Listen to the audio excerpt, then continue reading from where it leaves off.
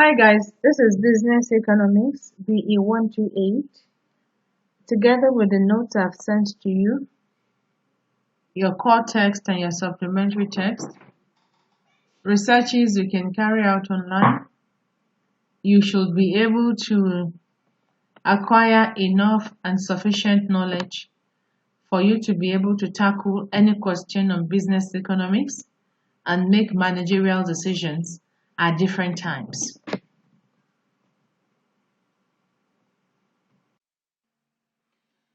Right now, we want to introduce ourselves to economics and understand the nature of economic resources.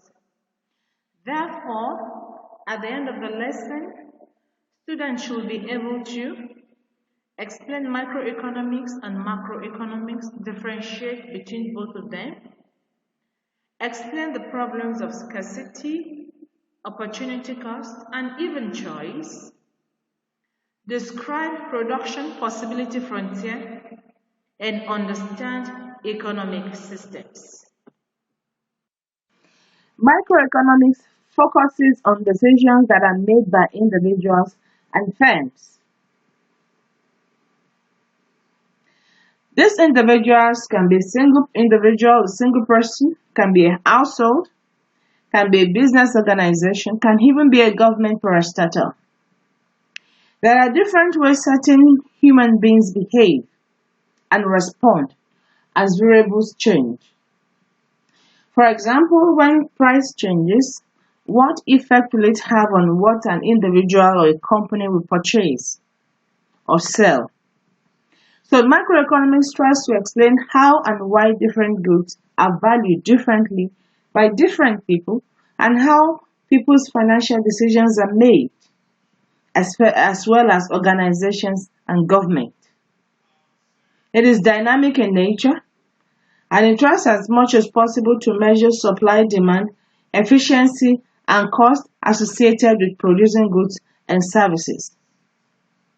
Other aspects of macroeconomics are individual consumer behavior, labor market, externalities, supply and demand, game theory, among others. Business economics or managerial economics applies economic theory and methodology to business decisions. Scarce resources actually prompted the questions of what organization would choose from, and therefore decision makers in businesses must provide and must understand the most efficient way to utilize the available resources that is scarce that they possess. Otherwise, profit will not be maximized. Land, labor, capital, and entrepreneur are various scarce resources that businesses use at various points in time. Business economics can be normative in nature, can be positive in nature. Normative economics focuses on what ought to be. The price of milk should be $5 per bottle. This will make farmers enjoy higher standard of living. Families' income will increase and the lives of people will be better. That is a good example of normative economics because it reflects value judgment.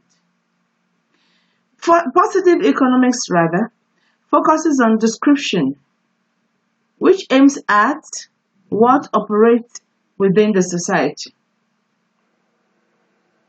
For example, when income declines or falls, demand for normal goods will reduce. Our demand for inferior goods will also reduce. If the government raises tax of a product, definitely the profit of such a product will reduce. These are facts in the society, and that is positive economics. So positive economics is usually described as what is. Business economics scope range from demand analysis and forecasting, cost and production analysis, pricing decisions, policies and practices, profit management, capital management, among others. Because organizations must make decisions that will determine whether they can continue to import, export, manufacture, utilize those resources, consider who will purchase, consider the factors that determine what people purchase per time, consider what will also motivate them as an organization to supply their product. So the scope of business economics is the all-encompassing when it comes to its contribution and effectiveness in the success of such a company. Macroeconomics examines the aggregate behavior in an economy. The overall economy is both national and international level. There are different geographical regions, there are different continents all over the world. So macroeconomics focuses on foreign trade, government policies such as fiscal and monetary policies, fluctuations and changes in unemployment rate, inflation, interest rate, GDP, business cycles, among others. It also focuses on economic growth, international trade, and globalization. There are basic economic problems that individuals, organizations, and government face day in, day out.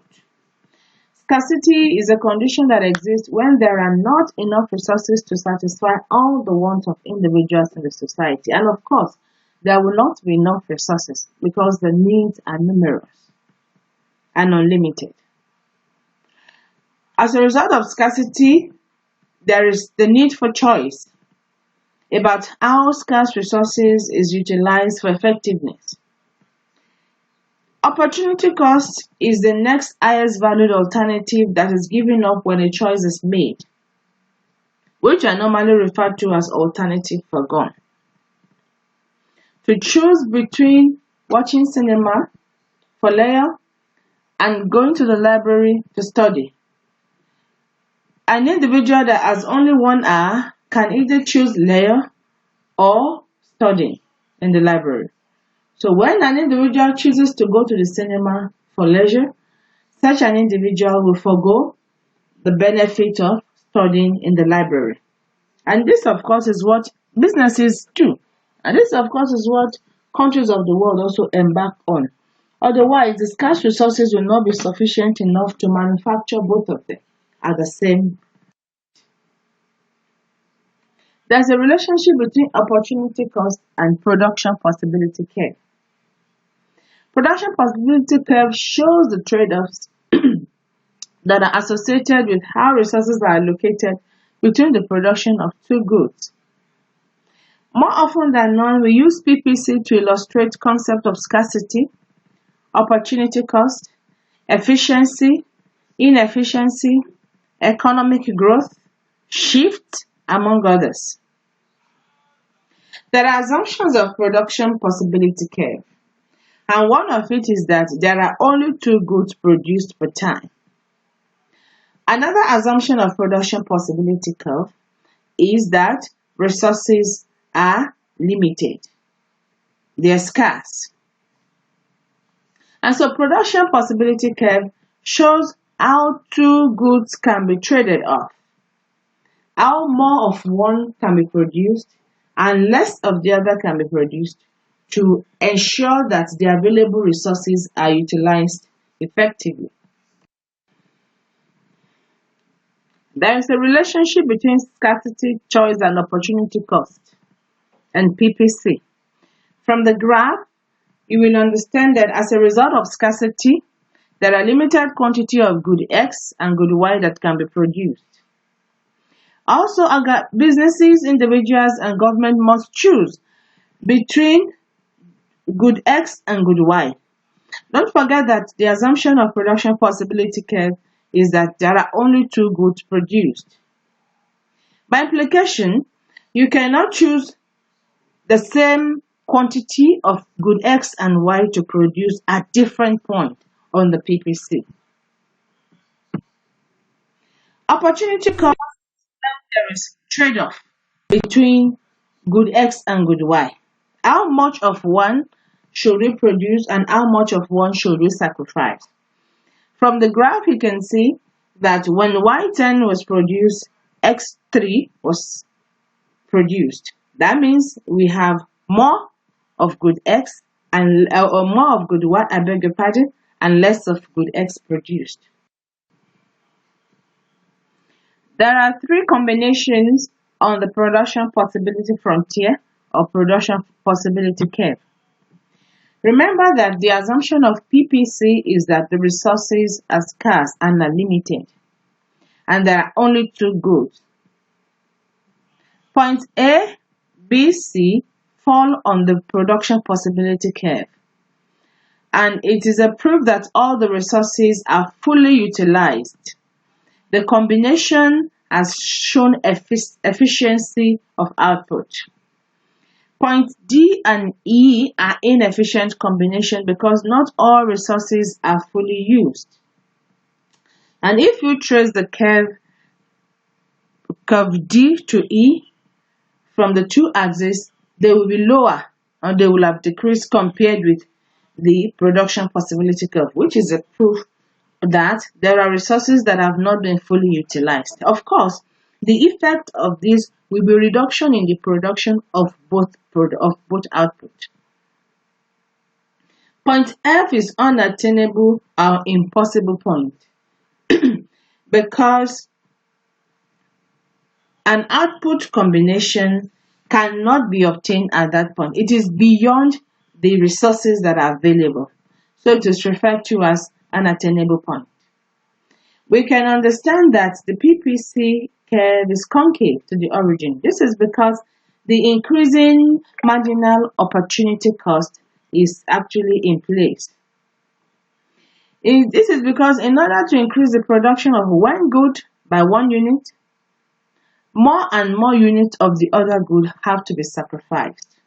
Since the resources are limited and are not equally efficient in the production of both goods and services.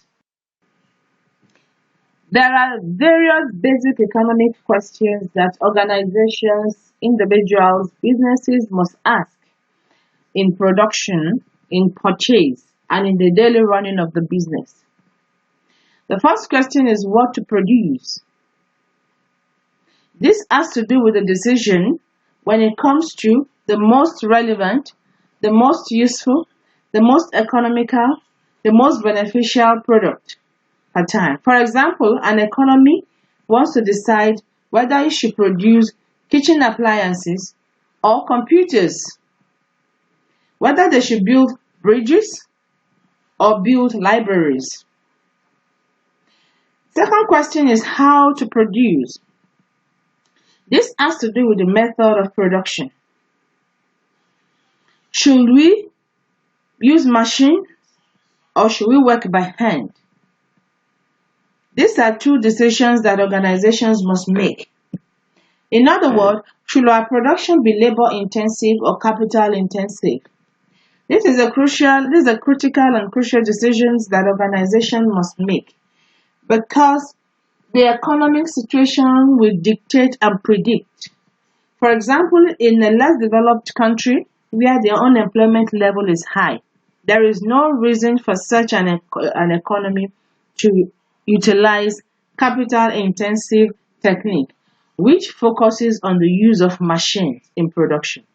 Such an economy should focus on labor-intensive technique in order to make provision for the masses, increase standard of living, and ensure that poverty level is reduced. In such a way, a country is providing employment, and this will contribute to the GDP of an economy, and this will contribute to economic growth.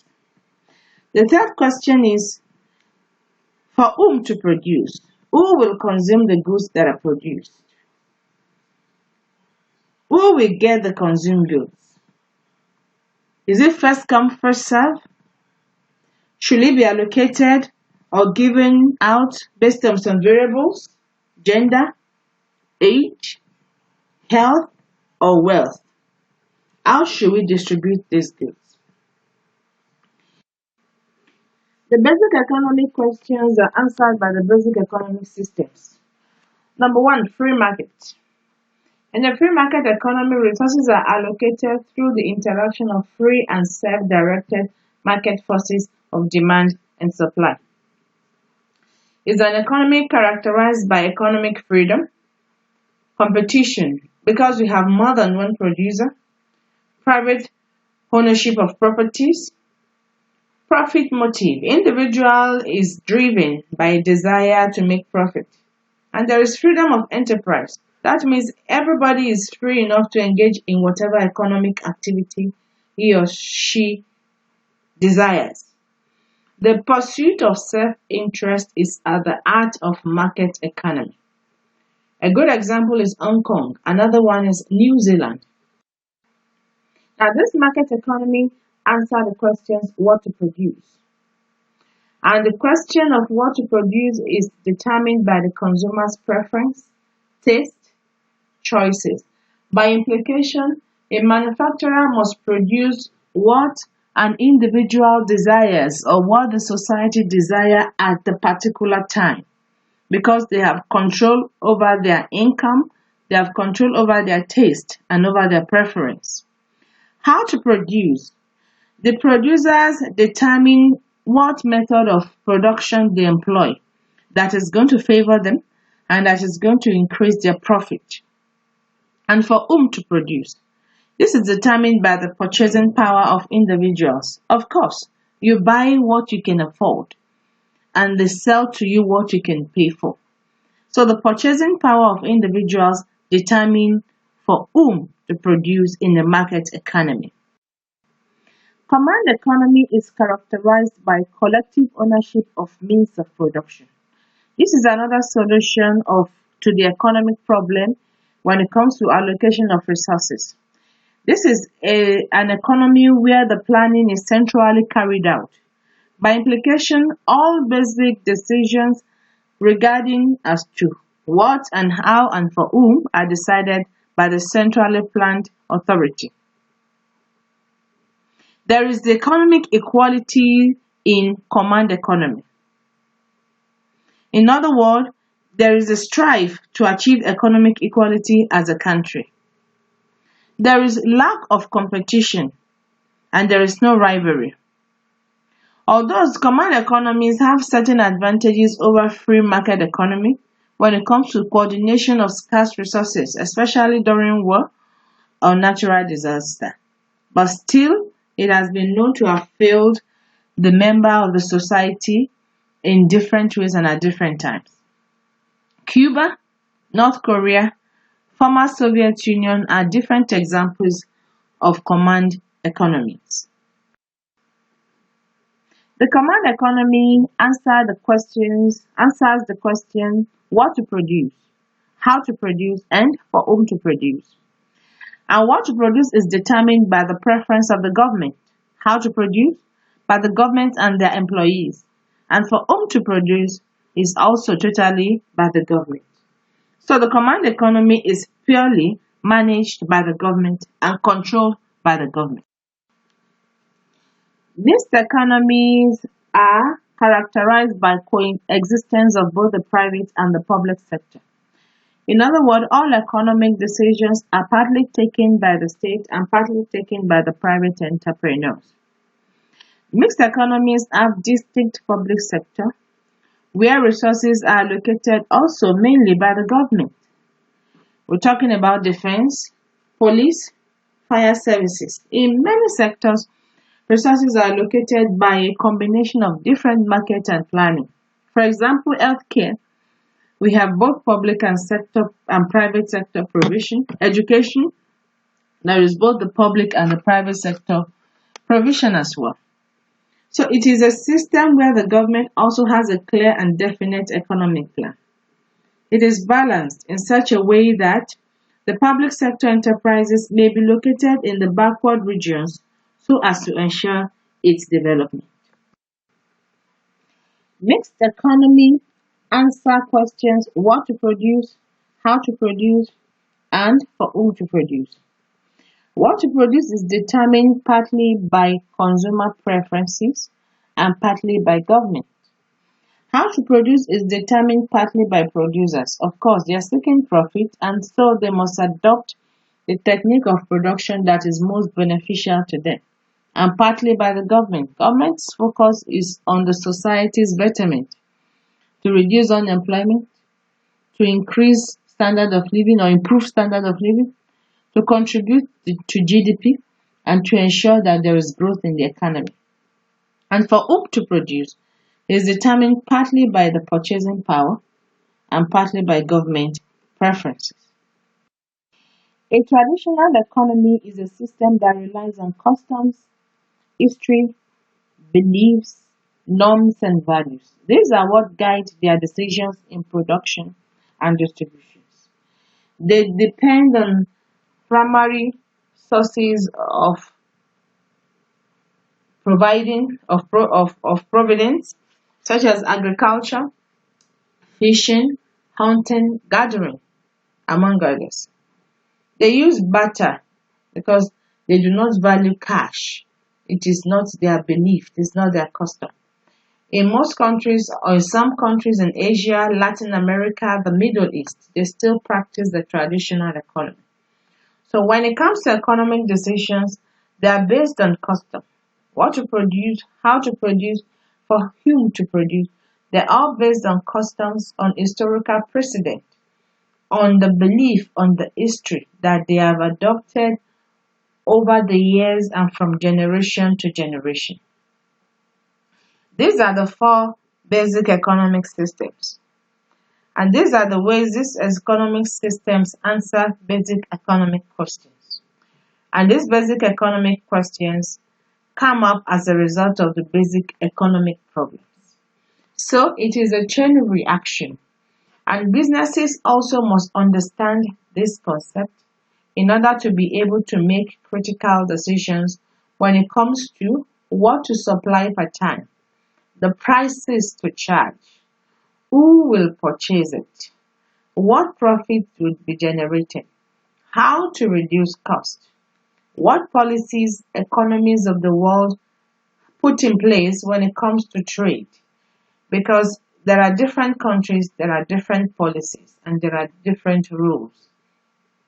So countries of the world must take cognizance of this in order for them to be able to fit in to each of this country when it comes to businesses.